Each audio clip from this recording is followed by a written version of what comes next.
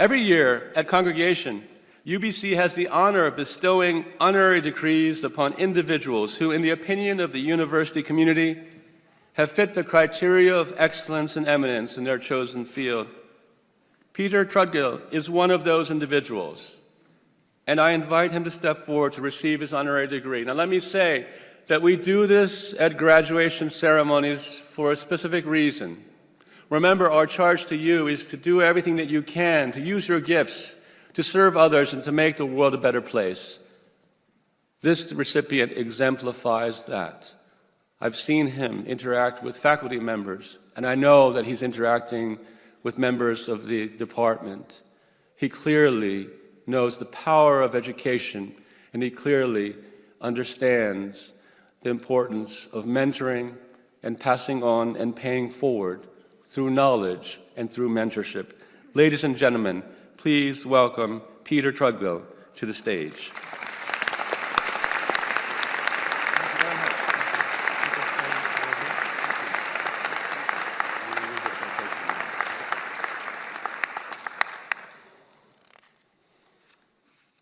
Mr. Chancellor, Peter Trudgill is one of the world's foremost sociolinguists and authorities on dialects. He studied modern languages at King's College, Cambridge, and earned a PhD in linguistics from the University of Edinburgh. Pardon me.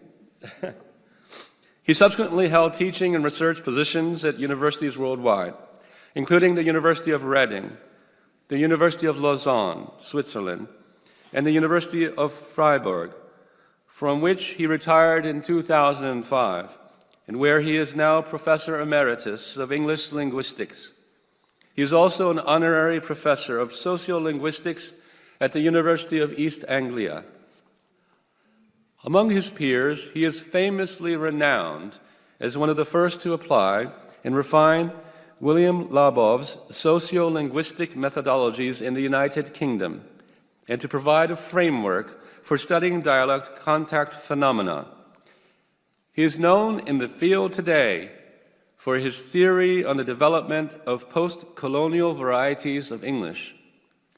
Working with multiple languages, he has carried out linguistic fieldwork in Britain, Greece, and Norway, and has lectured in most European countries, Canada, the United States, Colombia, Australia, New Zealand, as well as numerous Asian nations, including India and Thailand.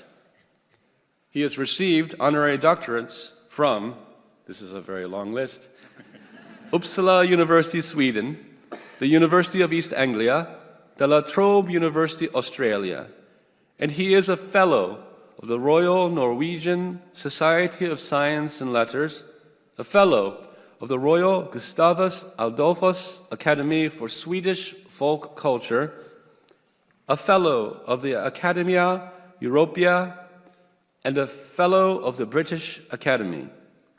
Mr. Chancellor, in recognition of a lifetime of distinguished and groundbreaking scholarly work, I ask you to confer the degree of Doctor of Letters honoris causa upon Peter John Trudgill.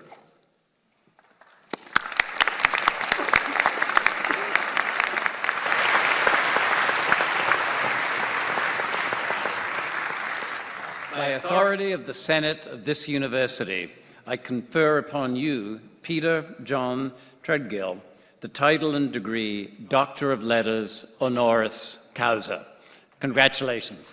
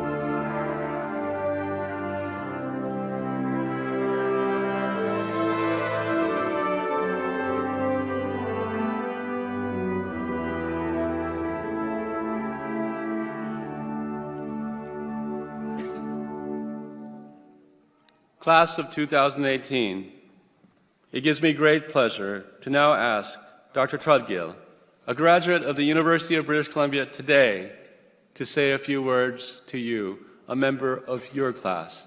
Please give him a round of applause.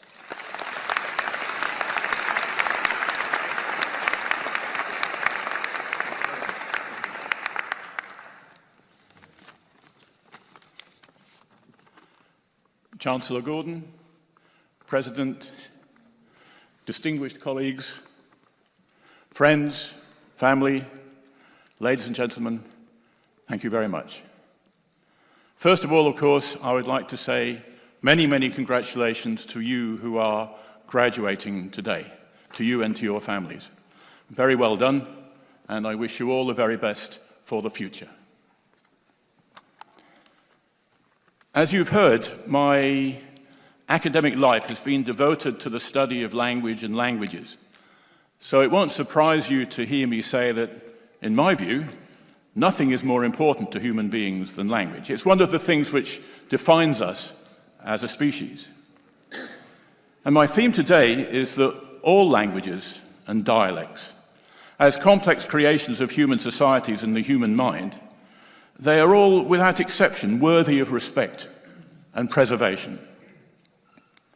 All of us here today, I'm sure, would agree that racism and sexism are evils that we have to fight against.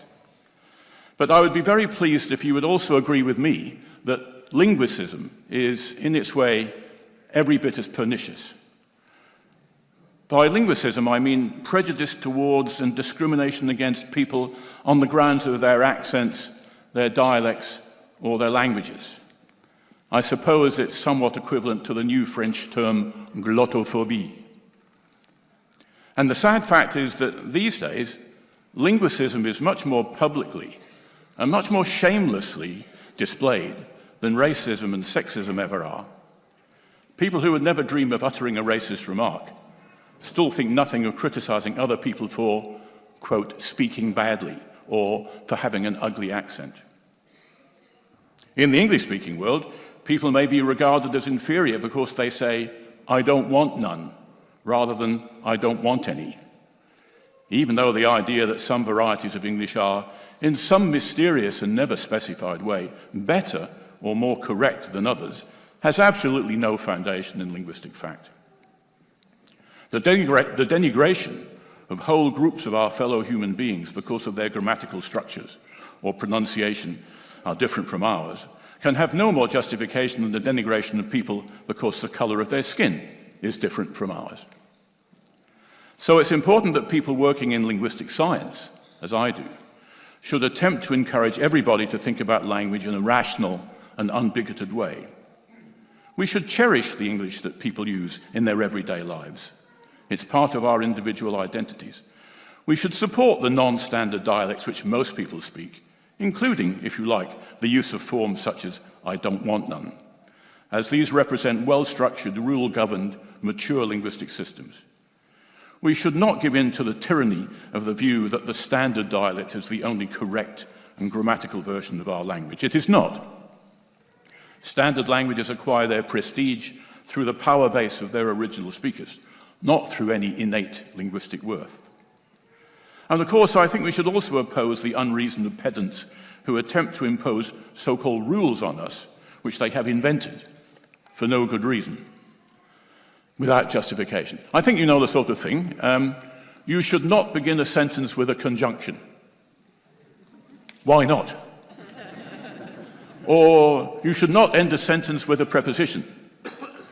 I think the only reasonable response to that statement is, why not? Why can't you end a sentence with a preposition? Or you should only say between for two people or entities, and for three or more you should say among. All these so-called rules are complete nonsense. But of course, it's very much not just English we need to talk about here. We have to reject the irrational linguicism of those who say that European French is superior to Canadian French, or that Mandarin Chinese is superior to Cantonese or Hokkien Chinese, or that French and English are superior to indigenous Canadian languages. In fact, our most important task is to cherish and protect and encourage the maintenance of the vast majority of languages in the world which are currently endangered. Most languages around the world today are spoken by small or even very small groups of people. They are threatened with language death by major killer languages such as English, French, Chinese, Spanish, Portuguese, Russian, Swahili, and Arabic. And of course, amongst these endangered languages, we have to include the indigenous First Nations languages of British Columbia. It's therefore very gratifying to note that here at the University of British Columbia, you have a distinguished band of scholars who are working together with local communities to record, analyze, describe, teach, sustain, encourage, and revitalize your own native languages. This is vitally important work. So I'm very happy indeed to have been awarded an honorary degree by the university which is undertaking this crucial task.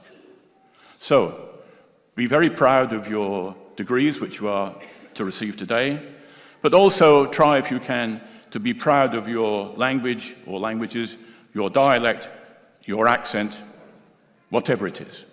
Thank you very much.